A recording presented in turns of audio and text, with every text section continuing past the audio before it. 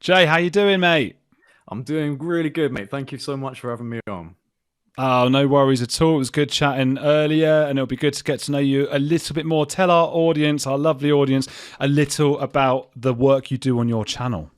Yeah, so my name is Jay Anderson. I'm the founder and host of a research platform and podcast called Project Unity, which can be found on YouTube. And one of the primary topics, I do get into quite a few different things, but one of the main topics of discussion I've had with my guests is in regards to the subject of UFOs. I've interviewed high-level government officials, directors of intelligence agencies, spies, congressional staffers, PhD scientists, world-renowned authors and journalists on these issues and more. And I kind of just see it as a place to connect curious people.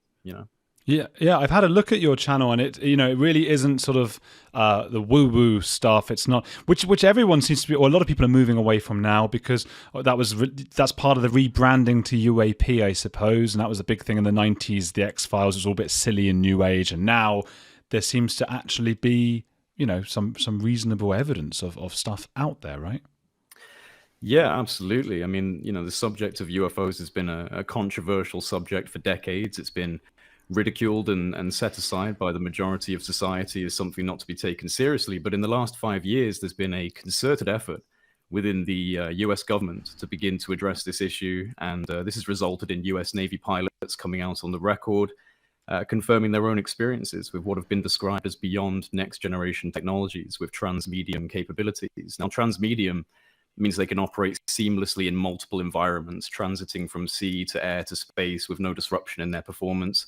And they're capable of maneuvers and speeds that defy our understanding of the laws of physics. And they've also been rumored to be penetrating into airspace of secure facilities and military training ranges, as well as shadowing US Navy forces to active combat theaters.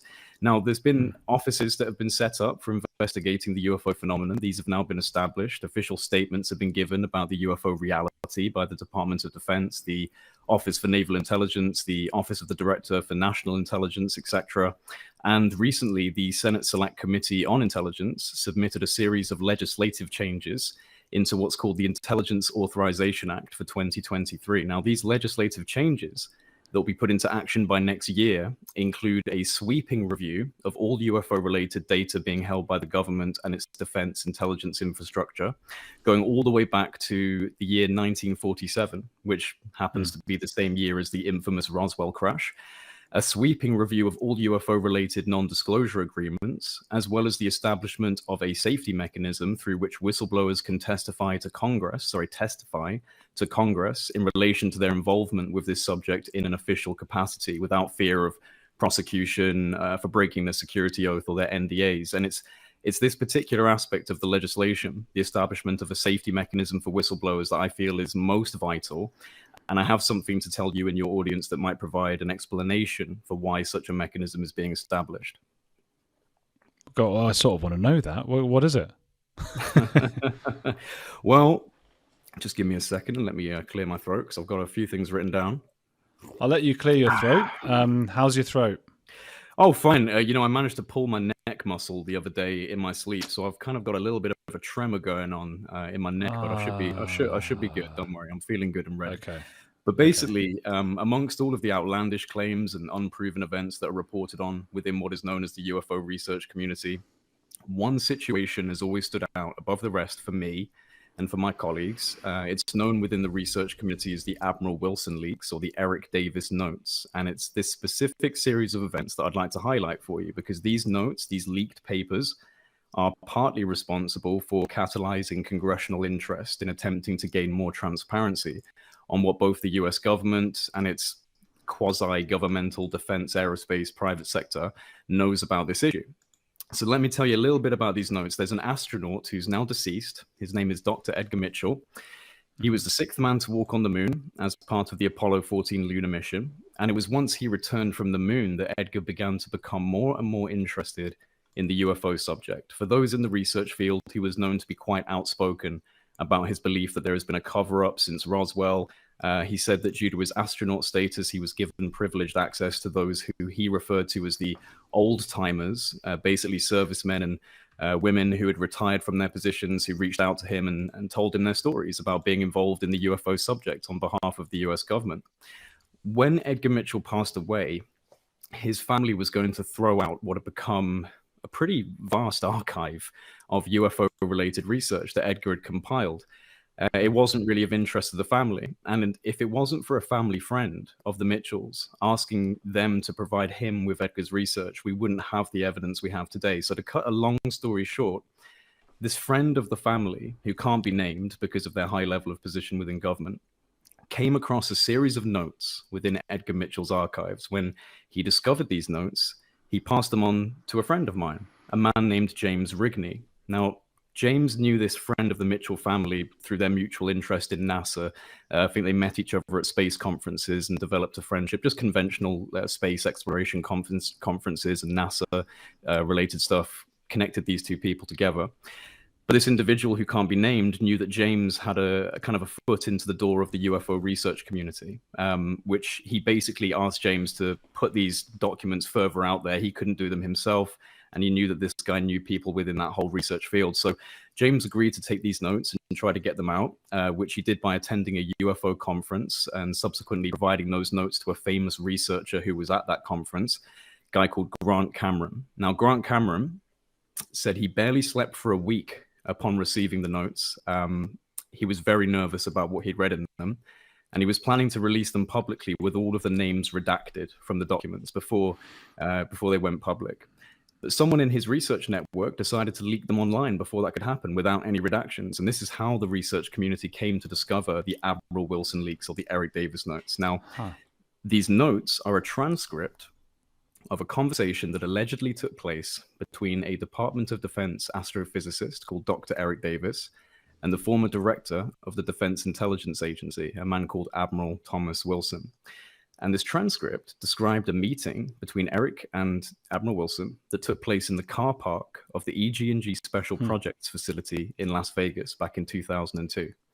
And during this meeting that's described in these notes, Admiral Wilson tells Eric Davis about his attempts to uncover actionable intelligence within the Pentagon in relation to UFOs, that he tried to obtain information on the legitimacy of the issue, and they had subsequently discovered a series of programs hidden deep within the black budget index of the Pentagon that were dealing with the UFO issue. He told Eric Davis that he was invited to a preliminary meeting with these three individuals who ran one of these programs.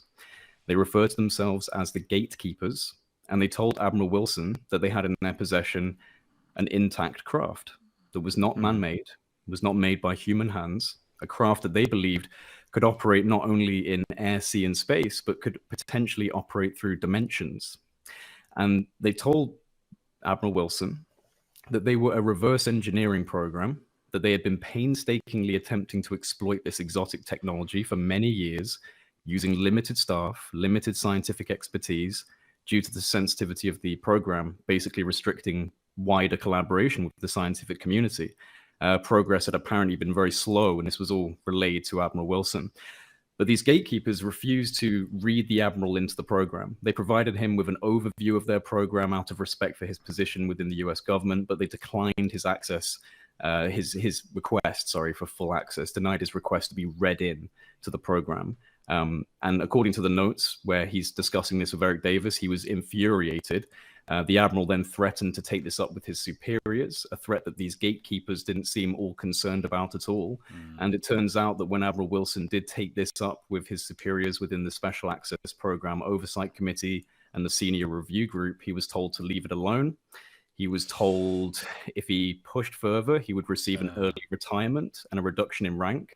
So they basically threatened to dishonorably discharge him if he pushed any further. So making it pretty clear that this was a program of the utmost sensitivity, and one that the Oversight Committee was aware of and was keeping hidden on purpose. So, you know, the labyrinth of research and development programs that can be found in the US black budget world, you have different classifications. You've got a special access program, and that's exactly what it sounds like. It's a program that in order to be read into, you need to tick the boxes for special access. But there are deeper levels than this. There's ones that are categorized as unacknowledged special access programs, commonly referred to as a USAP.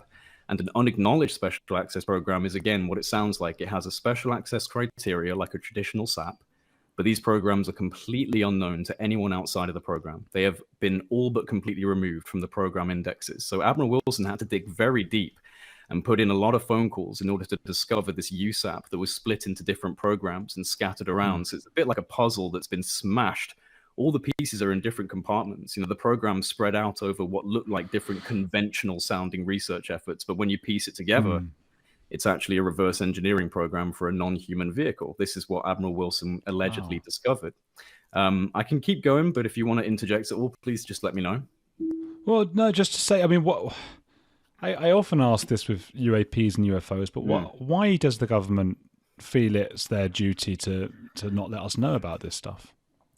I think there's probably a lot of reasons for that. I think the conventional reason I would give is its technology and its national security. So, we live in such a divided world with so many competing military interests. If you have a strategic advantage through a next generation technology and you've been exploiting it and you've got a weapon system that can be utilized in an extremely disruptive manner, one, you want to have that up your sleeve as an ace in the hole, keep that back for if you ever need to use it or exploit it. But two, the idea of putting that out there into the public domain so that so-called bad actors and people in other countries could utilize that technology, that's a massive national security issue.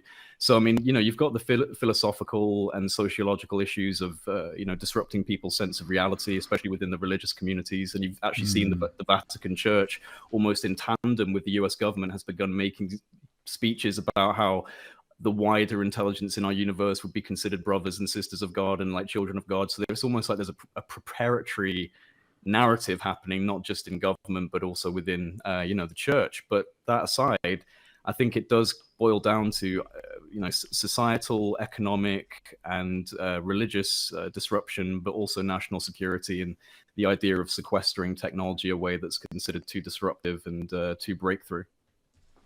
Right. Okay. Well, I'll allow you to continue with where you were at before then. Yeah. So the Admiral in these notes that describe this meeting with Eric Davis, he said to Eric that if this was to ever go public, he would deny this meeting ever happened. He would deny knowing Eric Davis. He would deny any knowledge of a UFO cover-up. This is all in the notes. And by the way, I've done a few videos recently on my channel. So if people want to see a breakdown of the notes, you can check that out on Project Unity. But he basically said to Eric in this alleged meeting, look, I'm not gonna. If this comes out, full denial from me. You're never gonna get me to say yes. And funnily enough, when the notes were leaked and the Admiral was contacted by journalists, he has indeed denied any and all involvement in the situation. However, I was recently able to bolster the credibility of the notes and the meeting described within them, because within these notes there's a name mentioned, the name Oak Shannon. Now, Admiral Wilson says to Eric Davis in these notes that he had contacted a man called Oak Shannon prior to agreeing to meet Eric, saying that he and Oak went way back in the US Navy. And, he says he's a big Oak Shannon fan and he had a long phone conversation with him. And the purpose of that conversation was to seek validation on Eric Davis's credibility. This is what he's saying to Eric during this alleged meeting. I basically went to Oak Shannon and checked if you were okay, and he vouched for you. And it's also mentioned in the notes that at the time of this alleged meeting between Eric Davis and the Admiral, which was in 2002, in the notes, it says that Oak was very difficult to get hold of at this time because of heart conditions, and his wife, Linda Shannon, was taking calls for him as he was very ill. Now, I have some very good contacts within the US intelligence community, both active and retired, and it was through this network that I was able to actually get in touch with Oak Shannon and his wife, Linda, who currently live in Florida. After some preliminary discussions, they invited me to Florida to meet them. So I flew out. I was met at the airport by a retired intelligence officer. This guy drove me to a seaside restaurant in Florida where we met Oak and his wife, Linda. Now, Oak Shannon was a US Navy veteran and he was a nuclear physicist. And he went on to become the programs manager for special projects at Los Alamos National Lab, which is one of the highest funded and most secretive US government research facilities based out in New Mexico. Now, remember, New Mexico is also where the Roswell crash was supposed to have happened. So there's a lot of connections with New Mexico, Area 51, all that kind of stuff. But it was during my lunch with Oak Shannon that he confirmed to me that he was that what was said about him, in these notes of this alleged meeting are true. He does indeed know Dr. Eric Davis. They had worked together on joint projects. He knows Admiral Thomas Wilson from their time in the US Navy. He confirmed that Admiral Wilson contacted him to discuss the credibility of Dr. Eric Davis. He confirmed that he subsequently vouched for Eric Davis to Admiral Wilson.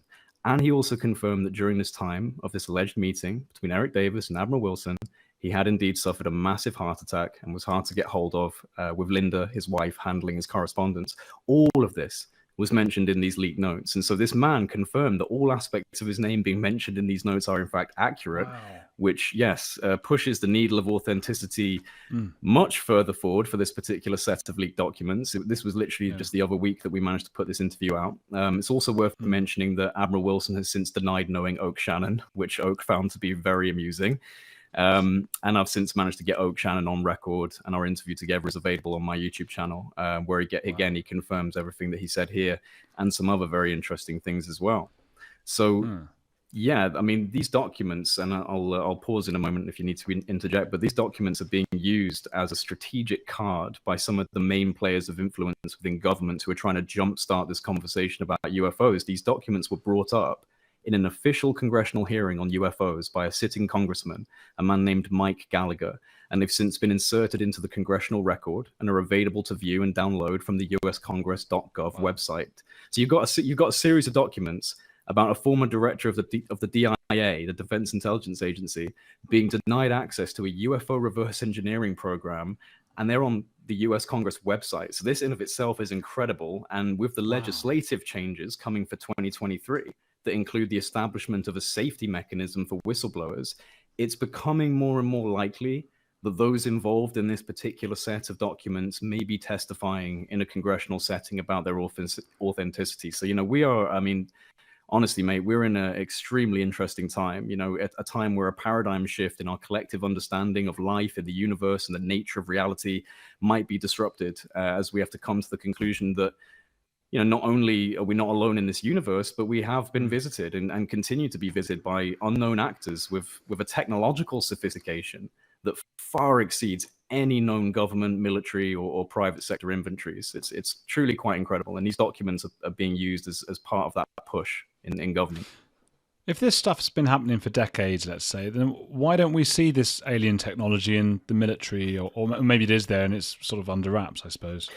Yeah, I mean, you do have your stories. There's ones like about the B-2 Spirit bomber, that it's got an ionization technology on the leading edges that allow it to basically ionize the air around it and create energy just from using the atmosphere. And, there's rumors that very subtle reverse engineering aspects have been inserted into what would appear to be conventional assets, but in reality have exotic properties to them that maybe you have to be read into. I mean, there could even be the possibility of being a flight operator for a certain platform, like an F-18, but you have to have a certain classification access to use a certain aspect of that plane. You wouldn't even know about it if you were just a conventional fighter pilot, unless you're doing, clandestine operations somewhere that require that kind of technology, whatever it might be. But it's the case that you do have very interesting people, like a former Colonel Philip J. Corso. He wrote a very famous book, The Day After Roswell. He claims to essentially, he was one of the guys who was high up in the Air Force when Roswell supposedly happened, and he kind of came clean in his book. And I'm actually speaking to his son, Philip J. Corso Jr., who's now in his 90s. But the father basically said that, lots of things, and I don't know, I'm not saying that this is 100% true, but this is coming from a colonel from the US Air Force who said that various different technologies, down to even things like saran wrap, cling film, were developed through reverse engineering efforts from, unconventional programs. So we might not know if it's been subtly inserted into our society, and you may not even realize some of the technologies you're using are derived from that. As you said, there's nothing explicit, but the thing is, why is the US government suddenly out of nowhere deciding to talk about this subject over the past 5 years? I mean, it was very clearly wrapped up as a tinfoil hat crazy thing for a load of weirdos on the internet. No need to bring it up. But they've started bringing it up. They've started opening programs in Navy pilots' offices, official statements. Why?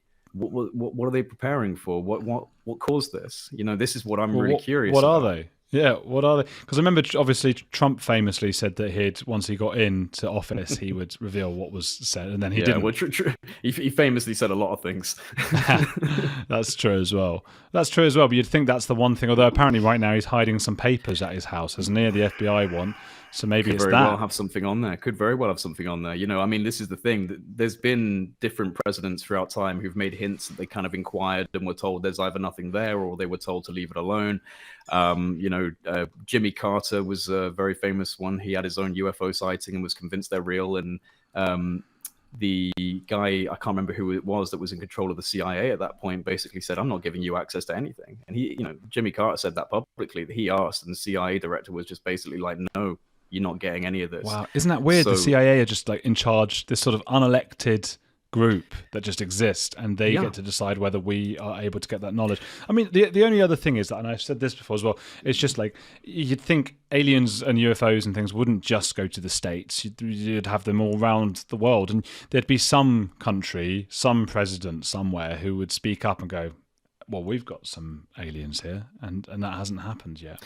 Absolutely. This actually, the Brazilian government's been one of the most open ones, and the French government as well have actually been pretty open, not in terms of discovering anything that drastic, but in terms of reports and the legitimacy of the subject. There's actually been, some pretty decent transparency from some governments, but this does speak towards the larger implications of something where we go even further down that conspiracy kind of rabbit hole of, is there a transnational structure beyond government that has ultimate kind of say and influence that extends beyond small partnerships between countries? Is there a aspect of the Five Eyes network between New Zealand and Canada and the US and the UK, maybe even extending into Eastern Europe and beyond, that has control over this? We don't know, and I wouldn't want to say it's some spooky Illuminati group, but at the same time, the fact that there are leaks like this that seem to suggest very much so that there are genuine efforts being undertaken in extreme secrecy, it does make you wonder, well, why has nobody come out about this in an official capacity? And perhaps they tried, perhaps they were stonewalled, threatened, who knows? But this is certainly coming out. And before we wrap up, because I know we're close to time, I want people to recognize the implications of these notes. If they prove to be real, which I'm certain they are, and I'm connected to people who know Eric Davis, the guy in these notes, and I'm very confident, based on what I've been told about off-record conversations with Eric, that he did write these notes.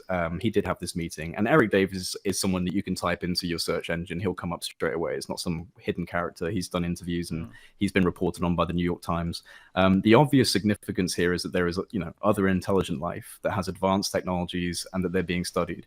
But the more concerning aspect, which you just touched on, in my opinion, whoever's doing this research, this reverse engineering, they are so far beyond the standard channels of government oversight, so deep into the labyrinth as to barely even be considered a government program. Presidents aren't briefed, White House staffers, Pentagon chain of command, US naval chain of command. The list goes on. 99.99% of these people have no idea these efforts are happening.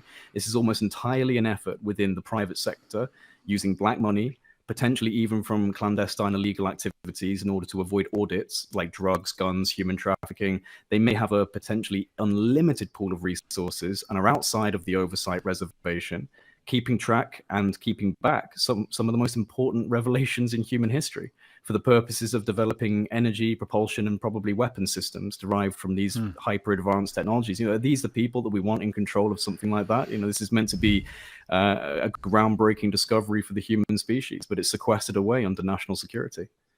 Yeah, it seems insane, and it's one of the things that if I were to become president, which might still happen, it's one of the most exciting.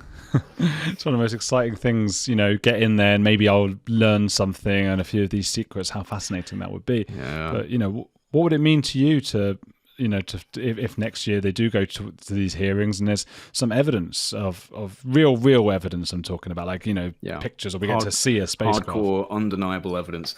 I mean, this is a conversation for another time. I have actually had my own personal experience with it, seeing things in the sky that I couldn't explain, which kind of catalyzed my interest and the reason why I set up my YouTube channel. So we've got a few minutes.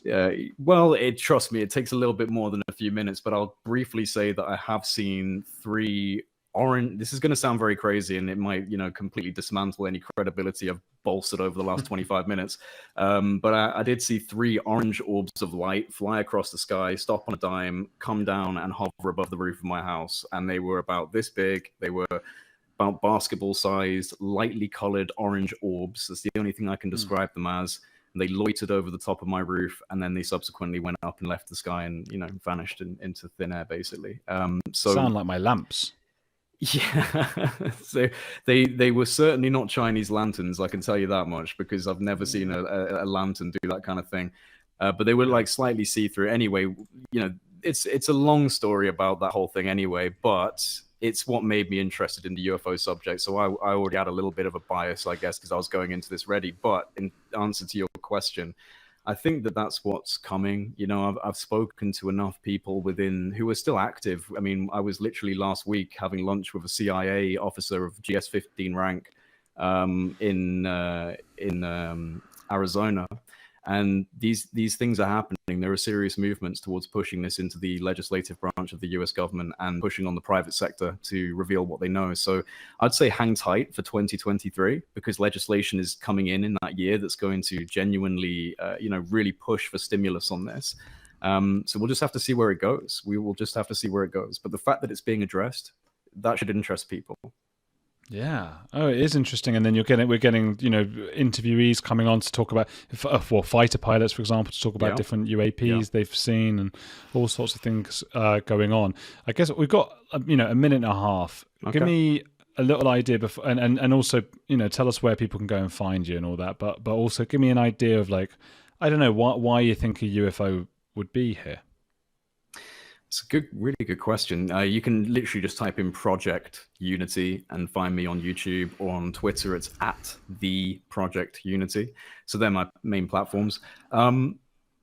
I think that it's a very complex question. So, I mean, I can't give you a good answer in about 40 seconds, but I'd say that we are much more important than we believe we are as a human species. And I think that there is a level of recognition from other sentient life in this universe, or perhaps beyond it, perhaps going into dimensional realms that can get pretty strange, that recognize that we are in some way quite important because of our sentience and our abilities and our curiosity and our creativity and our love and all these things that make us very magical, important beings.